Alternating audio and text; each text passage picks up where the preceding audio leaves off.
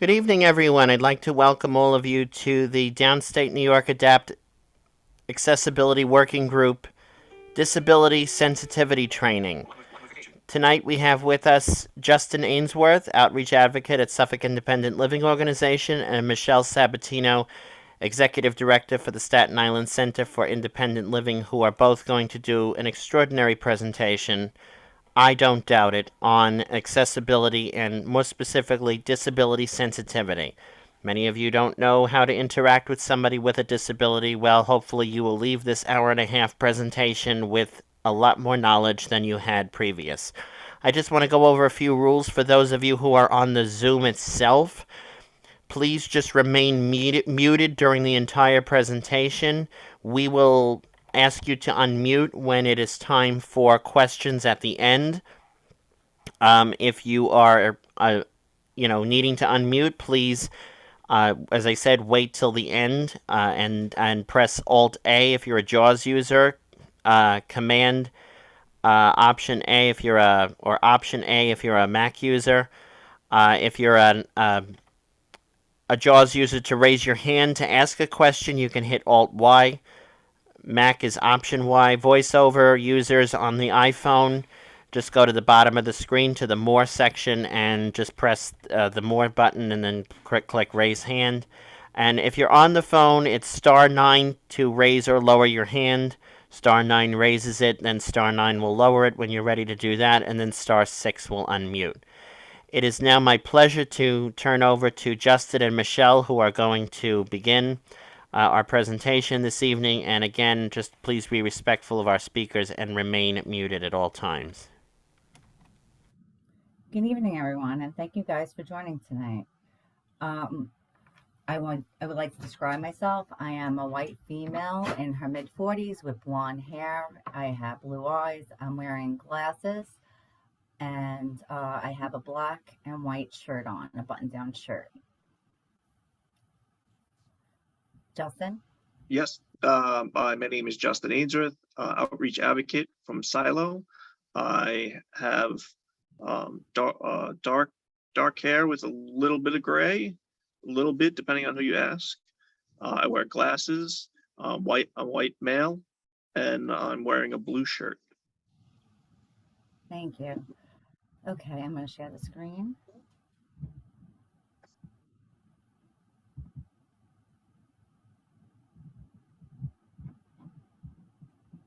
Okay, so tonight we are all here to discuss disability awareness sensitivity training.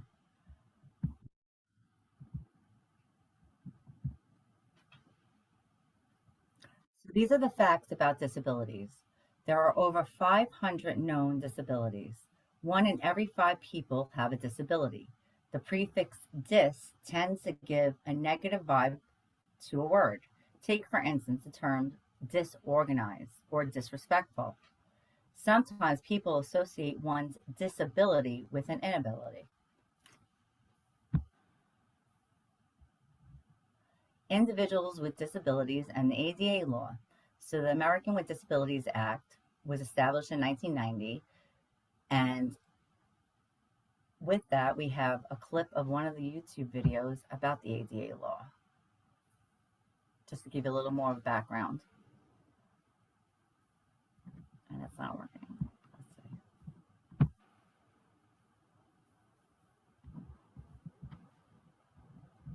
He works in the office today. All right.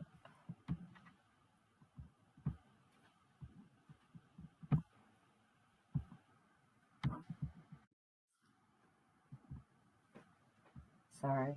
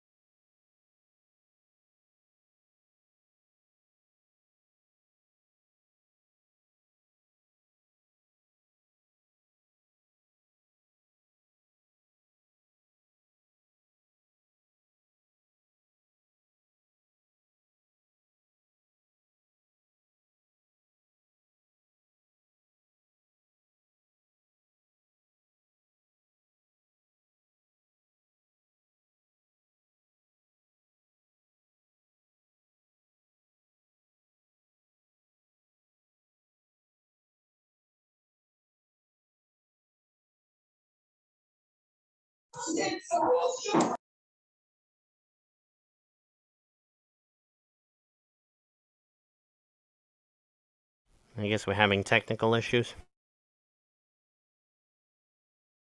Michelle is not.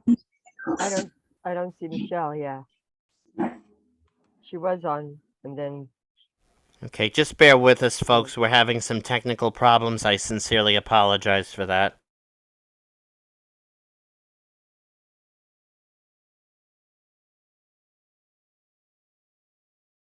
Gotta love technology.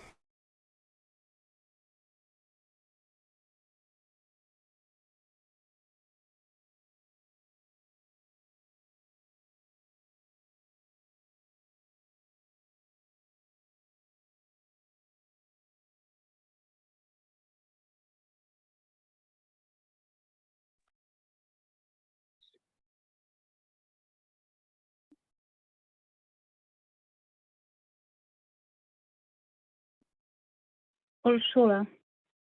Join the meeting.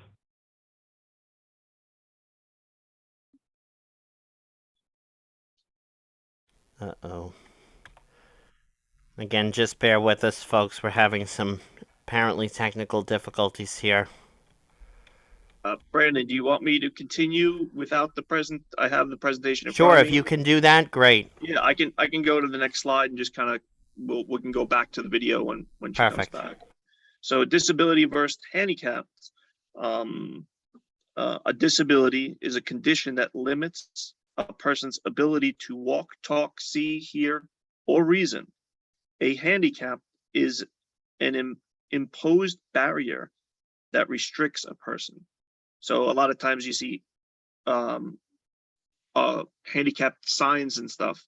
I don't know if you noticed this, but they're kind of getting away from that type of verbiage because it's a negative towards people with disabilities.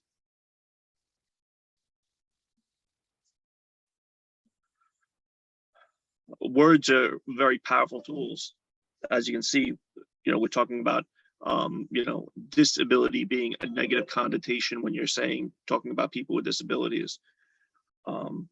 Language reflects society's beliefs. That's why it's so important to say people with disabilities and not the disabled person. Always put the person first. Join the meeting. Don't underestimate people with disabilities. It is wrong to assume a person with a physical disability has lessened his or her mental ability.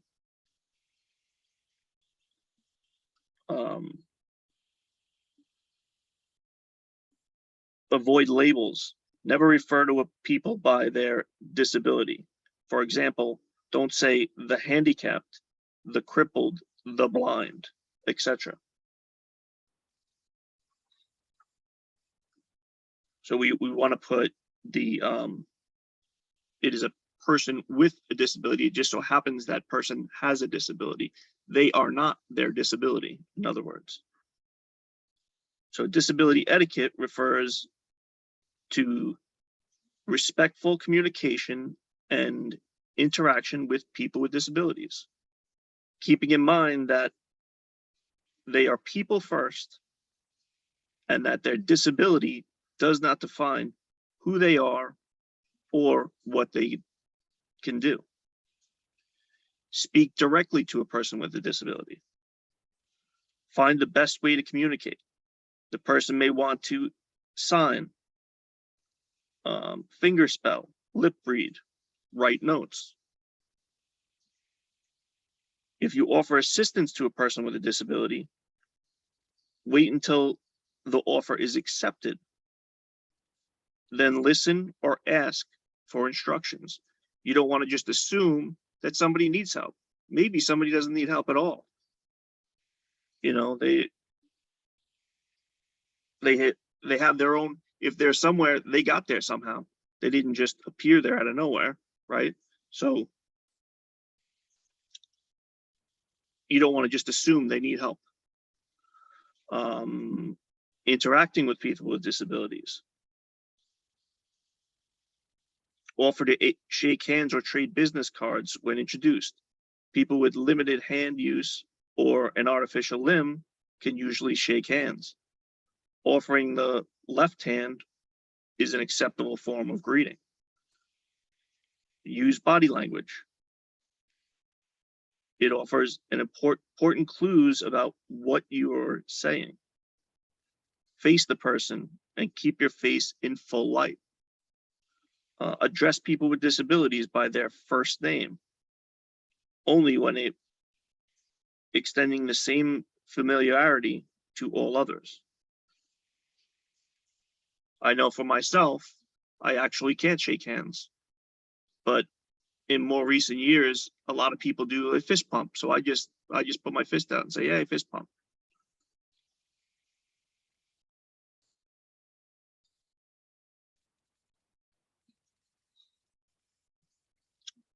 There was another video. I'm not going to try to attempt that because the first video didn't go well.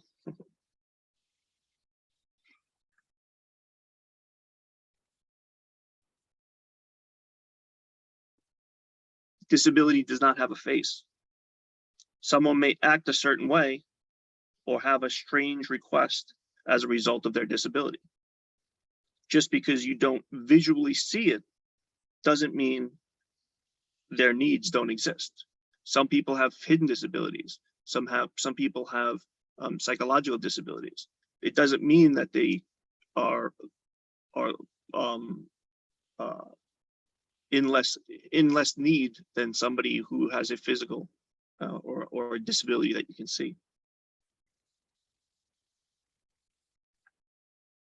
Interacting with people who are visually impaired. Always identify yourself and others who may be with you when meeting someone with a visual impairment. Speak first. Never touch someone with a visually impairment unless they know you are there.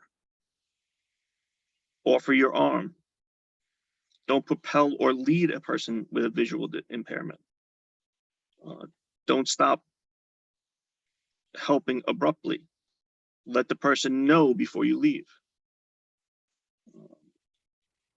If you meet somebody with a guide dog, never distract the pet. Never distract pet or feed the dog. Remember to keep other pets away. If a service animal is distracted, it may inhibit the service animal from doing its job. I know from my experience with working with people with service animals that if they're wearing a harness, that usually means they're working, and you don't want to interrupt them because it can lead to bad behaviors and people getting hurt.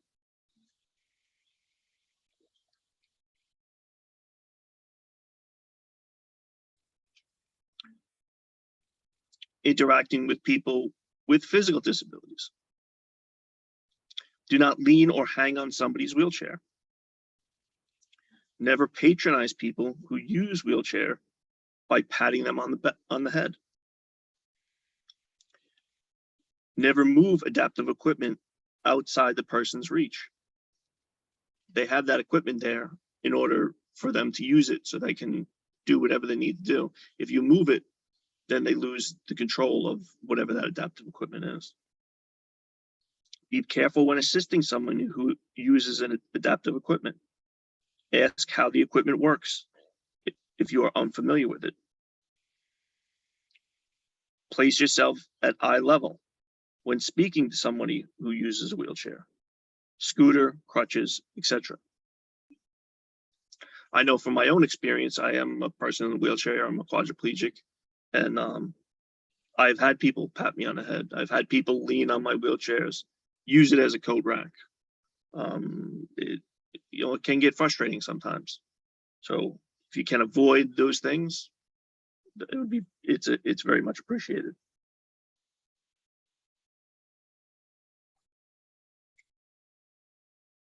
Interacting with persons who have speech impairment. Listen attentively to people who have difficulty speaking and wait for them to finish. If necessary, ask short questions that require short answers, or a nod of the head. Never pretend to understand.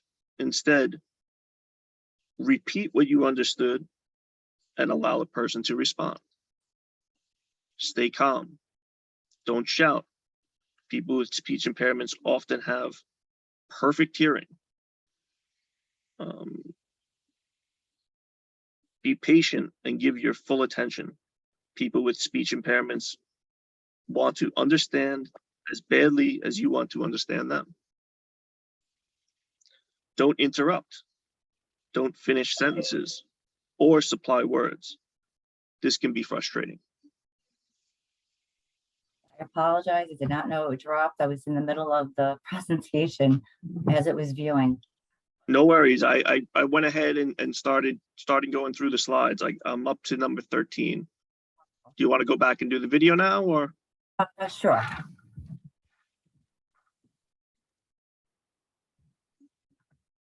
Or should we not try that? Only 3 minutes. That's why I like it, because it's short enough to share how it's socially awkward to approach somebody.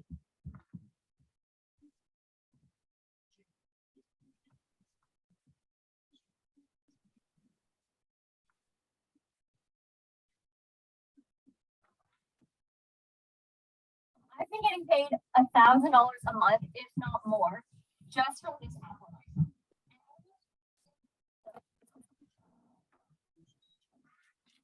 You may have to close the presentation or minimize it.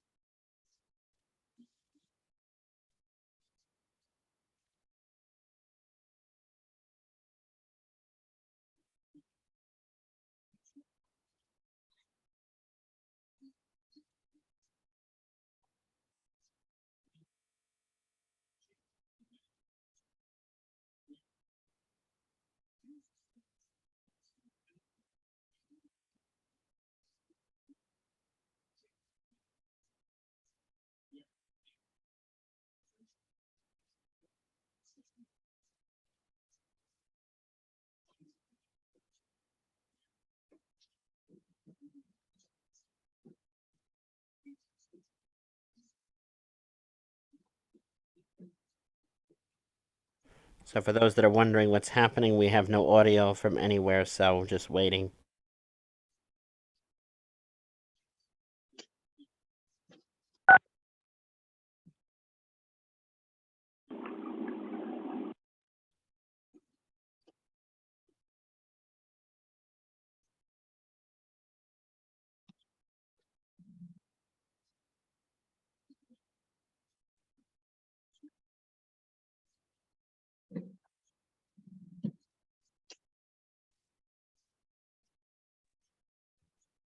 I'm going to show the video because it keeps throwing me off.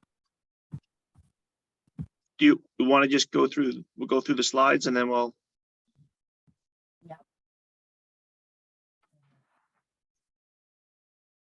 I was at 13, Michelle. I don't know if you want to start from there or you want me to continue with the Go back and impairment. when you play it, it doesn't show.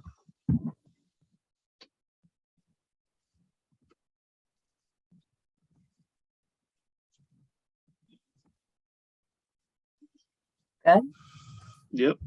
Someone just asked if you can share the YouTube in the chat, the YouTube link, so they can view it on their own, which is a great idea. Thank you, Margaret. Yeah, sorry, it kept throwing me off every time I went on for some reason. Do you want me to continue from 13, Michelle? Oh, yes. And I'll go to 20. Okay. Sure. So interacting with people who are hearing impaired. Is that where we're at? If you can go back one, I think.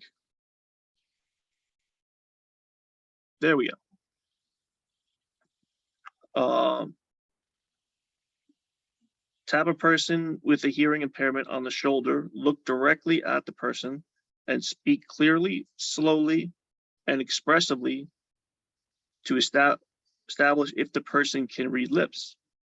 Find the best way to communicate, sign, lip read, write notes, etc. Rephrase rather than repeat.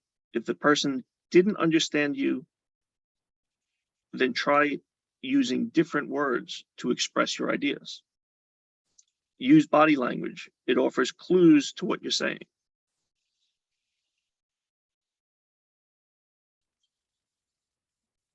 Interacting with people who have mental impairments. Be clear and concise. Don't use complex sentences or difficult words. Don't talk down to the individual. In other words, don't baby talk. This won't make it easier to understand. Be understanding and patient. People with mental impairments are often aware of their limitations, but they have the same needs and desires as everyone else. People with mental impairments have an impairment of the mind that can make daily life more difficult. If someone is obviously upset, stay calm. Getting upset yourself won't help the matters. Offer to help by contacting a family member, counselor, or a friend.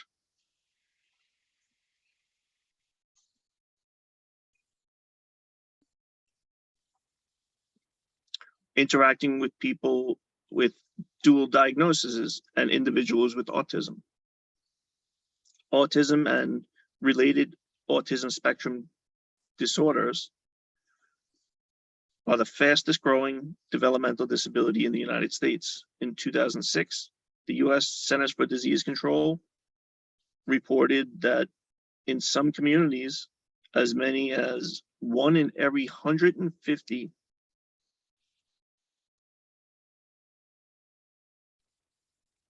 years old is diagnosed with autism. Autism affects people of all races, genders, and economic groups. And because of tremendous social, sensory, and communication challenges, these disorders present people with autism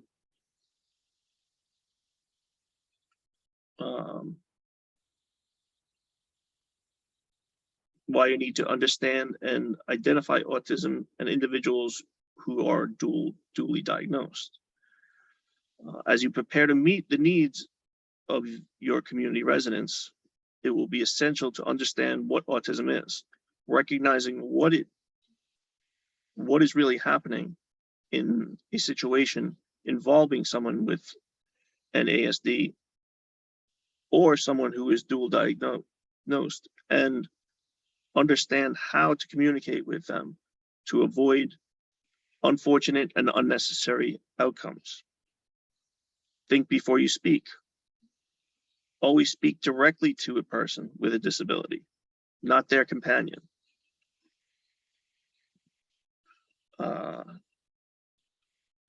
Avoid small talk. Small talk is acceptable, but mindful that asking some people are not comfortable answering questions about their disability.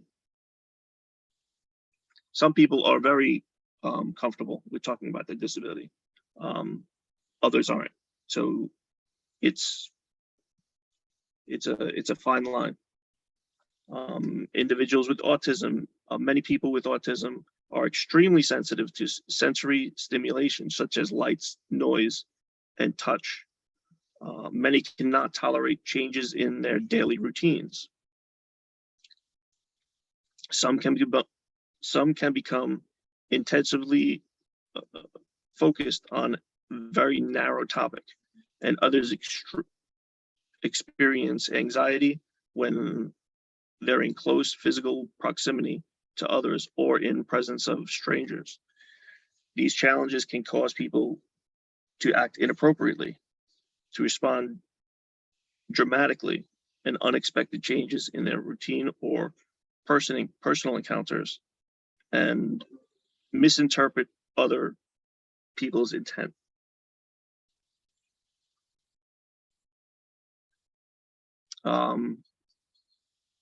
Communicating with the person with an ASD.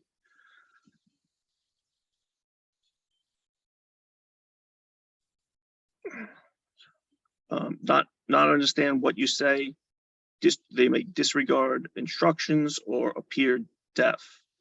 They may be fixed on or on a particular topic, asking repeated questions, give misleading statements or false confessions, appear argumentative or stubborn, echo what you say to them, say no or yes to every question. They may speak in monotone voice or inappropriate volume, be very blunt to the point of being rude. They may be unable to speak with difficulty, or communicate with sign language pictures. In an encounter with a person with autism, they may become anxious or agitated and exhibit fight or flight response, or appear confused. They may show interest in a particular objects, possibly your badge, key, or weapon, not recognize the badge or uniform, look at you at an odd angle, avoid eye contact, engage in repetitive behaviors such as rocking or hand flapping, maybe repeat your body language and emotional reactions, act upset for no apparent reason, or laugh, giggle, or ignore your presence, may appear insensitive to pain, be self-injurious, react negatively to physical contact. Amending techniques for improved outcomes. Approach in a calm manner, speak softly, avoid abrupt movements. Expect the person to violate conventional understanding of personal space by trying to stay either too close to you or at a safe distance. Use simple direction and concrete instructions. Repeat or rephrase your statements.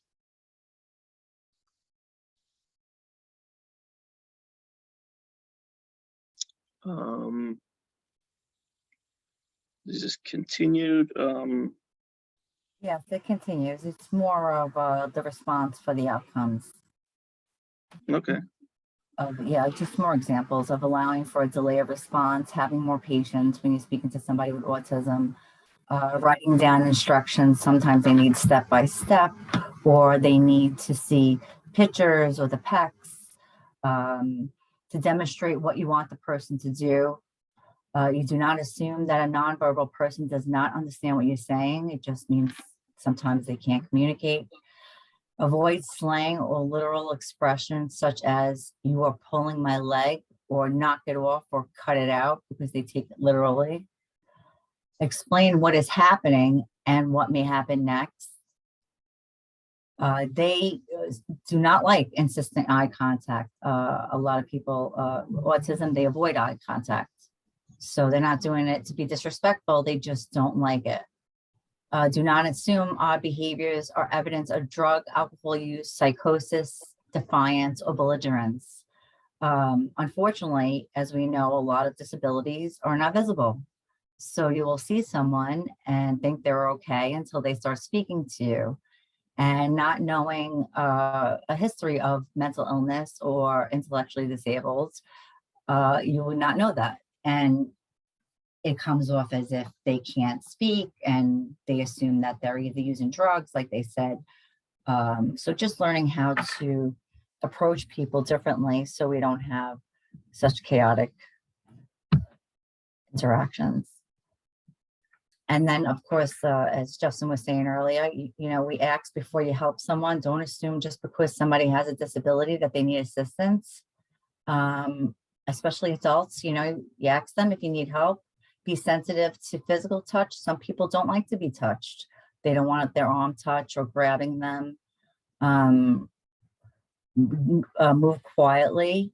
Also, sometimes with sound, the stimulation of sound and the surroundings makes somebody very agitated. So maybe finding a quiet location where they can focus and listen and not hear the sounds around them. And when you speak to someone, don't obsess about the repetitive behaviors unless they're hurting themselves or hurting someone else, because that's comfort for them. It's soothing when they rock, and it's soothing when they flip. It's self-soothing habits. If the person is holding and appears fascinated by an inanimate object, allow that to continue if possible, because like I said, it's self-soothing. So de-escalating, be alert to possibly of an outburst or an impulse reaction. If the person is not endangering himself or anyone else, allow these behaviors to subside without intervention. Do not react to what might appear to be disrespect. It may be their best attempts to communicate. So if they're nonverbal, maybe by making sounds or making gestures is how they communicate.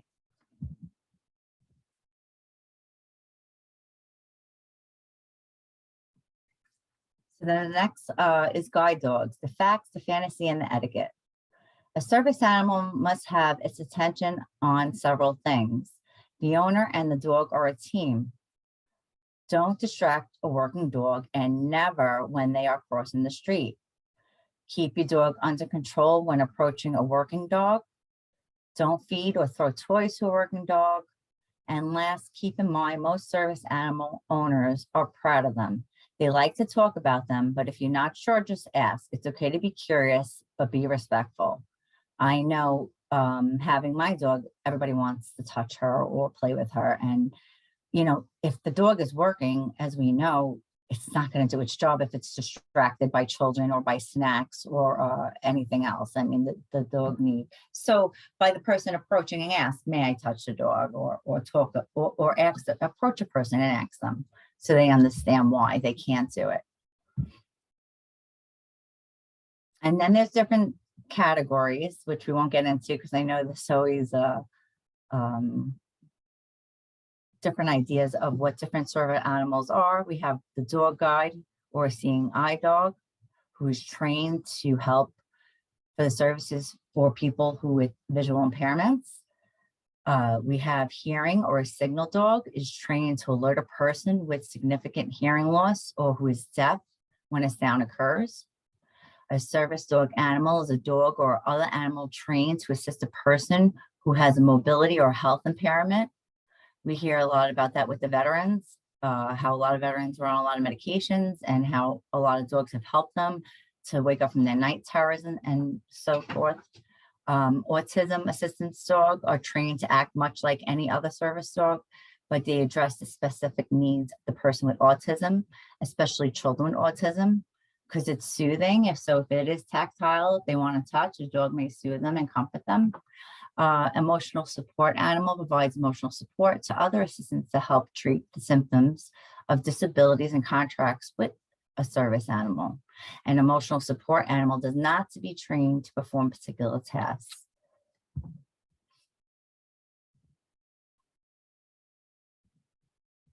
So just learning more about people with disabilities, listen to people with disabilities in your neighborhood, in your church, at work, in life, medical aspects of disabilities, what we've heard, what we've not heard, the experts, just realizing the differences and the similarities, whether you are a person with disability or not.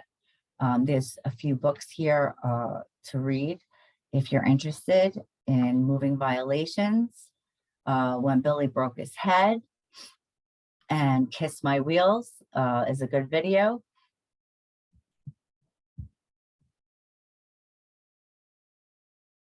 So people with disabilities deserve the same respect and opportunity as able-bodied members of society. Everybody needs are different, and it takes time to get to know an individual. And we need to know how to speak to anyone with respect. And we should not assume, because like I said, I'm sure a lot of you know or have or advocate for people with disabilities, but we all don't know the different types of disabilities in the world. And then at this point, if we have any questions, I apologize for the video. It really is a good video. It gives you an overview of disability etiquette, so I will share it in the chat. Dustin, did you want to add anything before we go to questions? Think we did a pretty good job. The one thing I would say is with the service animals, there is a difference between like an emotional support dog and service animals. And Marilyn is on, she can explain it much better than I can. But emotional support animals are only for like in-home. They're actually not covered under the ADA. I know that's always a touchy subject too, so I try Yes. to tread lightly.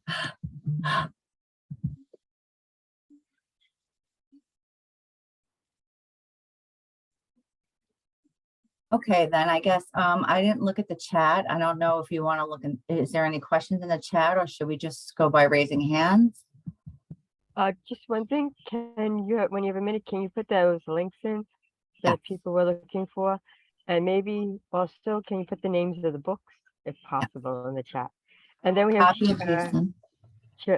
Sherry Rosen. She has her hand raised.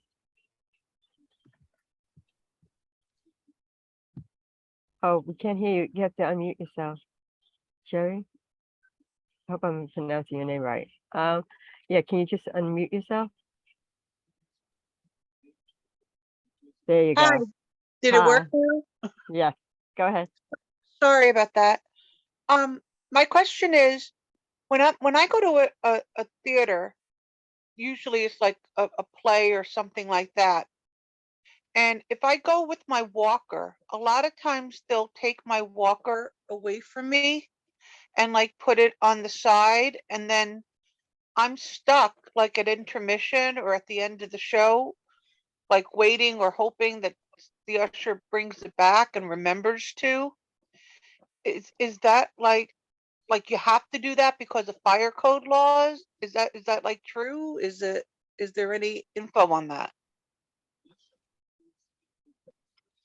I don't know what the law is.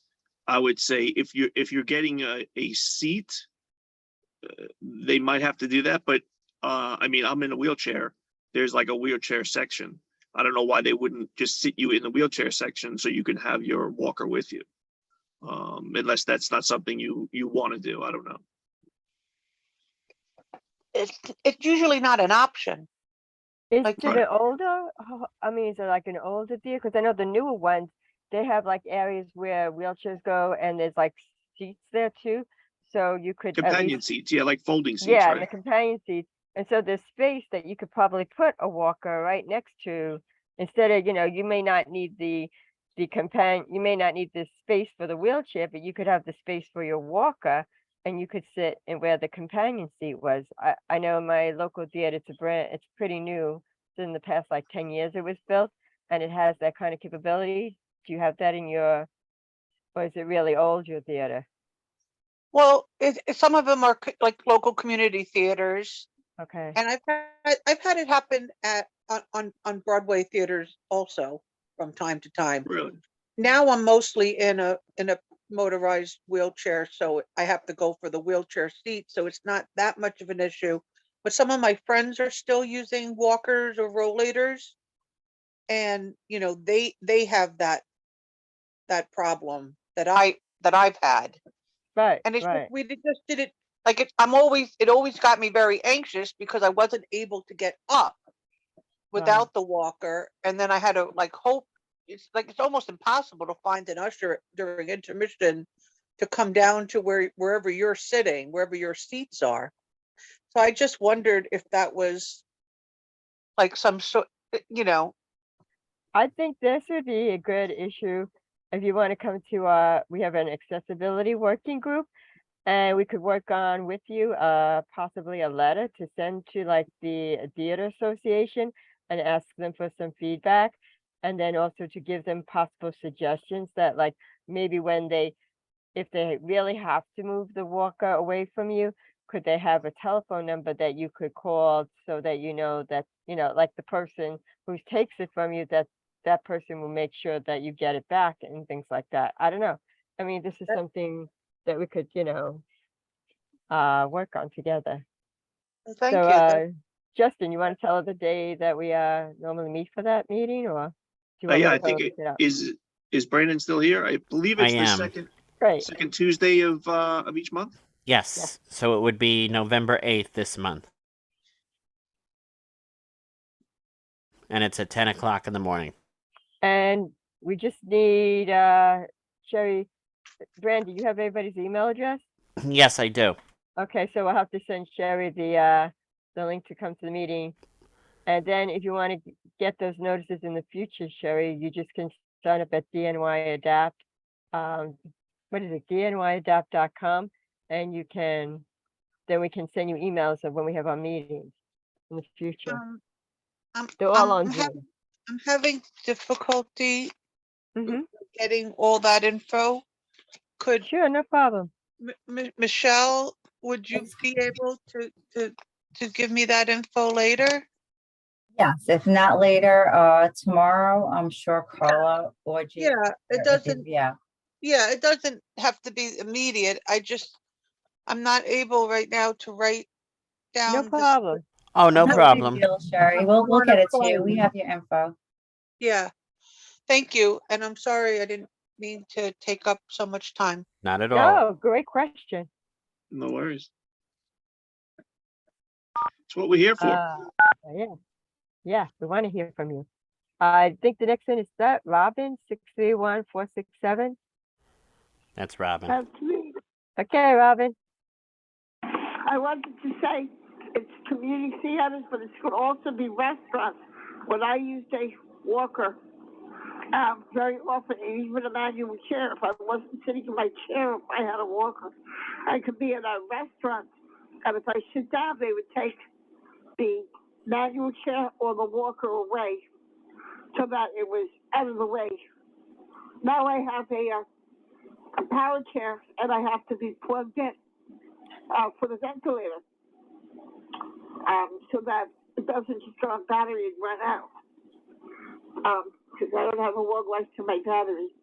Mm-hmm. And very often, if I'm in the corner, they make sure that there's nothing else around me. And it's hard for the waiter or the usher, whoever is there, to come back for me because you can get forgotten. But that's always a big issue with accessibility, is the walker or whatever you're using being taken from you. So that accommodates the, as I say, quote unquote, the normal people coming in down the aisle so they don't trip. It's easy to put somebody out of the way or to take their equipment away from them. They're all very important issues, and everybody who is, I hope that you could write this down, share it with us, because we do have accessibility group Justin just gave you the information. And these are all the issues we need to hear, so we know how to advocate for you, and we know how to, make changes. I mean, because we all know now with the ADA law, they are not allowed to not allow us in anywhere or make it accessible. It's against the law, period. So I would love to hear your stories, and Justin would love to hear your stories, and Kathy, all of us, so we can work together and make changes. And people want to make changes because, I mean, they want to, please their customers. So, definitely, they just don't know. We have to figure out ways and help them, guide them. We have Yasmin. Yasmin, do you have your hand raised? Yes, I just wanted to, my statement is not about the wheelchair though, but it was something that happened to me today. I am visually impaired, but I do have a little sight. And when I was at the doctor today, when I was getting checked in by the nurse, I had my cane out and, my white cane out, and they kept telling me, over here, over here, over here. And I noticed that, my thinking was that everybody knew when they saw with the cane that they understood what it meant, that who it was, what kind of person was using it. But obviously that's, everybody doesn't know, because at this doctor's office, there are a lot of, I'm wondering, internationally, is it really as popular as it is over here, because a lot of the staff at the doctor's office, they were not from here. And, I just wondering, by telling me over here, and you see me with the cane, so you obviously I can't see where over here is. That's not going to help me. But, thank God I do have a little bit of sight where I was able to, follow them. Sometimes they just leave, they'll leave me. And then when they see that I haven't I'm not behind them, then they'll stick their head out over here, over here. Do you And I'm just explain to like, them? Say, hey, listen, I don't know yes, what over here means when I can't see you easily. Could you explain it better? I have, but I'm, I know that, like I said, everybody doesn't, Right. well, to They me, don't it doesn't seem understand. like they know what this cane is for, unless I'm Right. swinging it hard and hitting it, then they kind of have an idea. But Yeah. I noticed that, like I said, I'm wondering if internationally, I know it's supposed to be a universal thing, but Yasmin, my favorite line is the cane for decoration? Oh, they Oh, actually wow. say that? no, they Yep, did Well, not ask you I that. I have guess said what that. we need to do is send out a blast notice. We have to get all these doctors and their office emails and invite them to our white cane presentation and also our sensitivity And training. that sensitivity training. Exactly. Yes. Let's No, get they that list Actually, going. Because I we had that even at the eye. I went to an eye doctor because I had a star in my eye, and the woman was talking to my boyfriend and not to me, not the doctor, but one of her, administrative people. And I looked at it, I said, I'm the patient, not him. You're violating HIPAA. Talk to me. I was really bad. Absolutely. The staff does need to be trained. I mean, we've been in Staten Island University Hospital just to be aware of people with disabilities coming in and like the white coat is a thing, they see a white coat and they will freak out. Just to know that before you walk in the room, is it a big deal for the doctor to take the coat off to calm down the patient? Simple things like that. And there's no reason for it. But we do educate the College of Staten Island. We've gone to the nursing program. We go into the elementary schools to teach the kids of how to be nice to each other with people with differences. Courtney, who is one of the board members, was a previous employee there, is usually my sidekick who's visually impaired with her dog. And we would go to the ferry boat and teach the ferry boat workers to just, disability etiquette. Children disability etiquette. I mean, of all ages, of all populations, it should be taught everywhere. I mean, doctors especially, it's crazy how many stories I hear about doctors. They know your diagnosis. They're looking at your chart. They know what your disability is, and they still don't know how to treat you. I don't understand it. But this is why we would need to get these types of trainings in everywhere, for sure. We have Gina Jensen, who's been patiently waiting. Hello, my name is Gina Jansen. I use she, her pronouns, and I'm here because I am working on compiling an accessibility resource document for my community chorus. And I have one quick question and one comment. And my question is, when I post resources online for my community, is there a format that's universally better for like adaptive reading devices? Like, is it PDF or Word or something like that always going to be better than another thing? A Word document is always going to be more accessible than a PDF. Always. Word document always and it's better. going to be the best. Okay, so Word document's always best. Thank you so much. And then also, a comment that I just wanted to add to is that one of the things that I've been told and learned from my community is that in my communications, I send weekly or sometimes more than weekly communications, is that it's better if I don't use a lot of different like colors and bolded and underlined this and all of that, especially for folks that are sensitive to those sort of things, that keeping things very simple and uniform and just giving the information is actually more helpful for them to understand. So I just wanted to add that too. Thank you. That's actually a we very would good agree with point, that, but right, Brandon, and everybody else here? That, I mean, because that's we agree with that. Keep it simple and yeah, because I you're know Yes, gonna for put, absolutely. Silo, we'll usually do like a when we do flyers, we'll do 2 flyers. One will be like bright and have a lot of pictures and stuff, and then we'll do another one, Word document, just text only. That's it. So thank you Are for you, asking that. are you sending it to like a variety of group or just like one community? It just goes out to our choral community. Oh, okay. So everywhere in the world. So basically is where it's at. But that's where you find that I think the Word document is going to be the best. I mean, there's searchable PDFs, but I think Word is just universal. Right. I'm just gonna read a couple of things from the chat, and then after that, I'm gonna go to Mary. So I just want to say here, Mary Hart said, I have called the theater office if I have a problem in my seat. Gina Jensen said, that's really great point, being aware that some folks may need to be situated near power for adaptive equipment, exclamation point. And Michelle put the YouTube video link in. Thank you, Michelle. And then Cherry Rosen wrote, New York Times had an article recently where doctors in a focus group admitted they don't want disabled patients.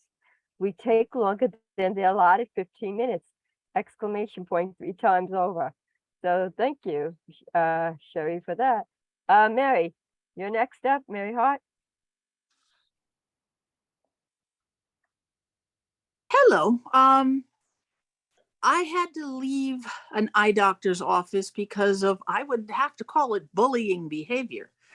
And when I went to this new eye doctor who explained about my eyes in 30 minutes than my 10 years with this other eye doctor, he basically said, they don't like you because they see you as a failure. When you go, when you go blind, they can't help you anymore. So they see you as a failure. It's hilarious, but the sad part is he retired, my wonderful eye doctor, and now the new eye doctor is fine, except like she said, it's 15 minutes. It's not even that, it's like 5 minutes. He wiggles his fingers at me and says, yeah, you can't see, and leave. Hi. I need to find another eye doctor, but how do you ask for the criteria of someone who actually cares whether about what little vision I have left? Well, I care, Mary, but you don't want me as a doctor, but I would definitely do better than wiggling my finger at you. But yeah, I was going to say the best bet is to ask people who go and have good experience. I found, yeah, I guess word do you have of mouth, other like friends everybody. who are? Do you have no other people who have like not around me? I'm the only one in Nassau County around the group. I live in Nassau County, and I go out to Silo. I mean, I go out that direction. Right. So everybody is out here. Time to move. Got me where, An eye doctor for low vision. They tend to be more considerate.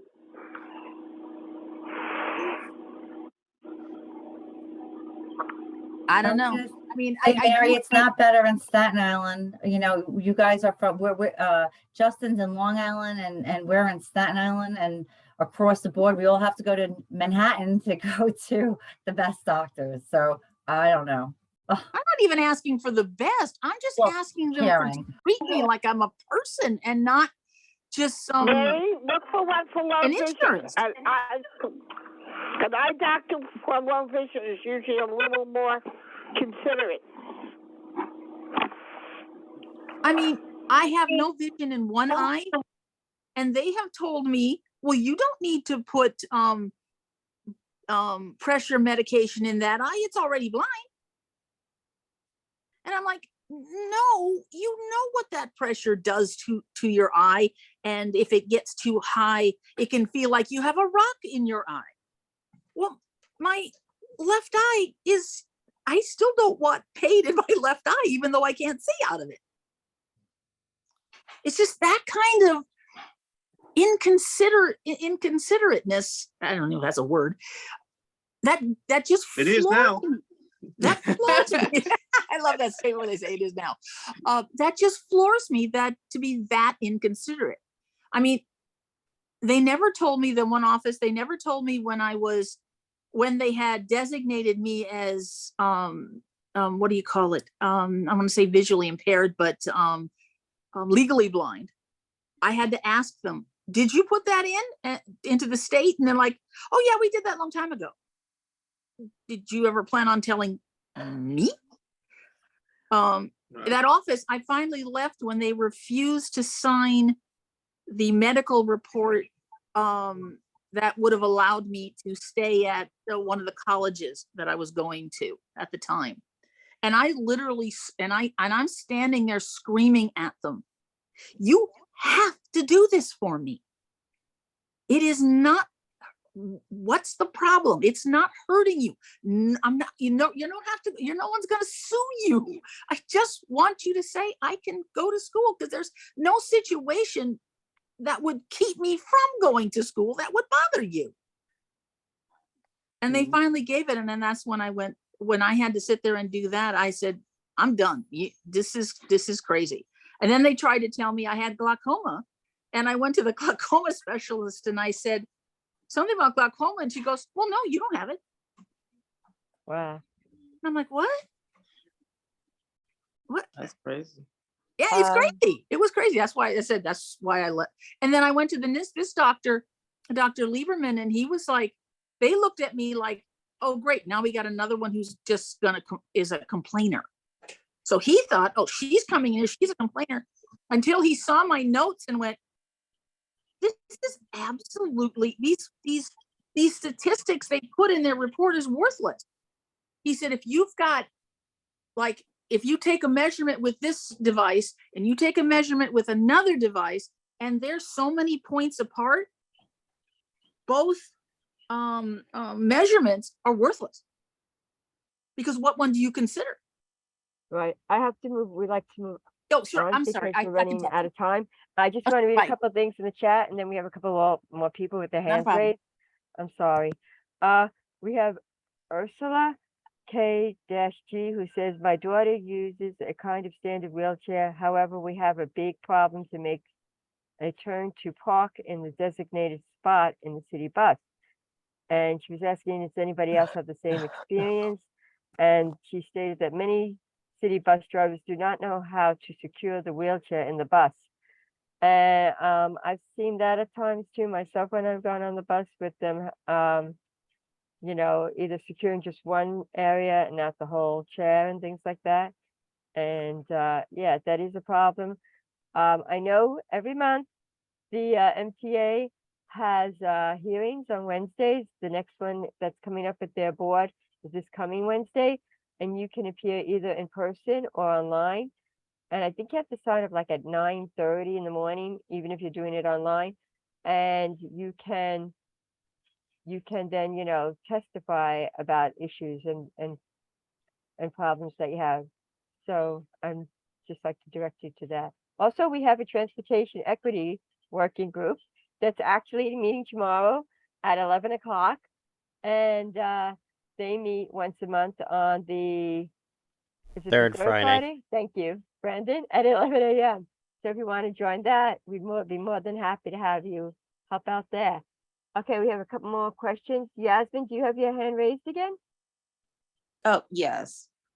Okay. I just wanted to say real quick, going back to when we were speaking about the deaf community, my first experience with someone being deaf was in college, and I was working at this restaurant, and they hired this girl that was deaf. She went to the college in Washington, D.C. called Gallaudet University.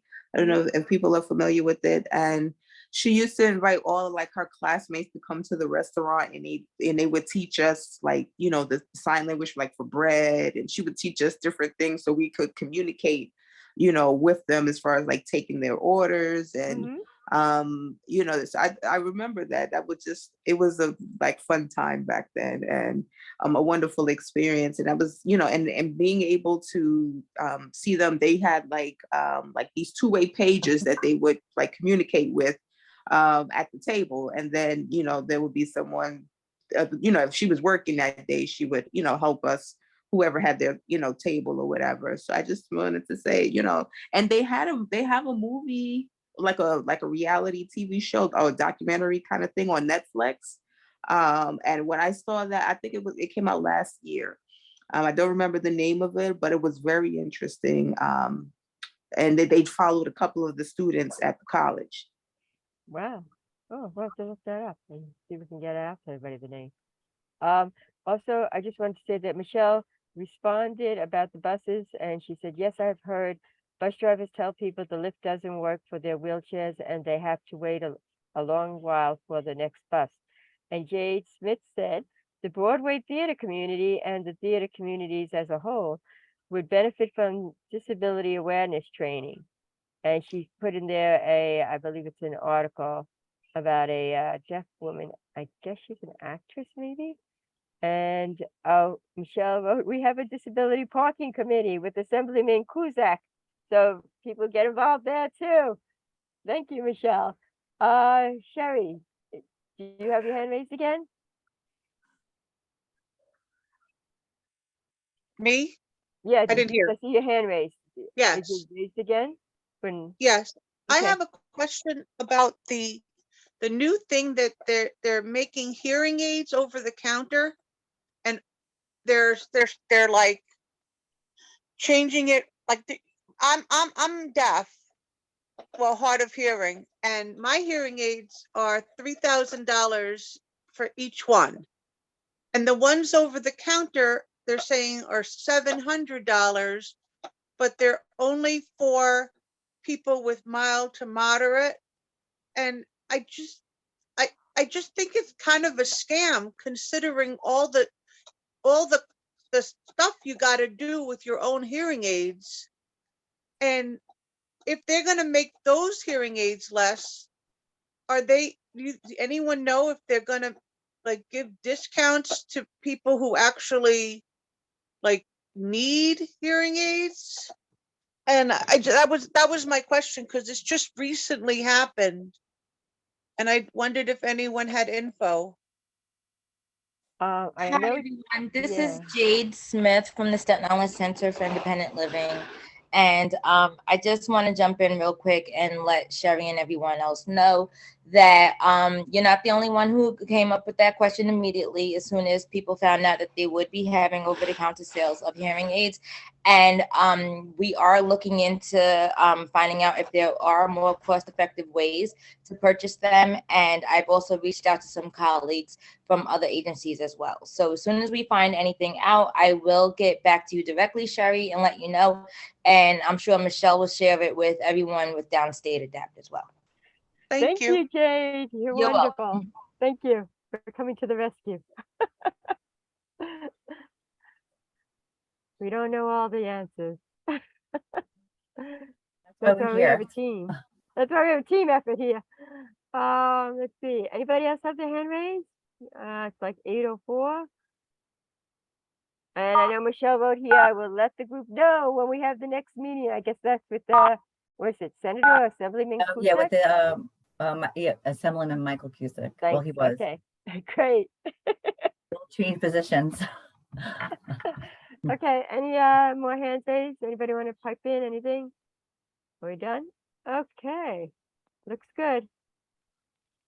All right, so do you want to do the conclusion? Thank you. I really appreciate everyone jumping on today. I apologize for the video clips.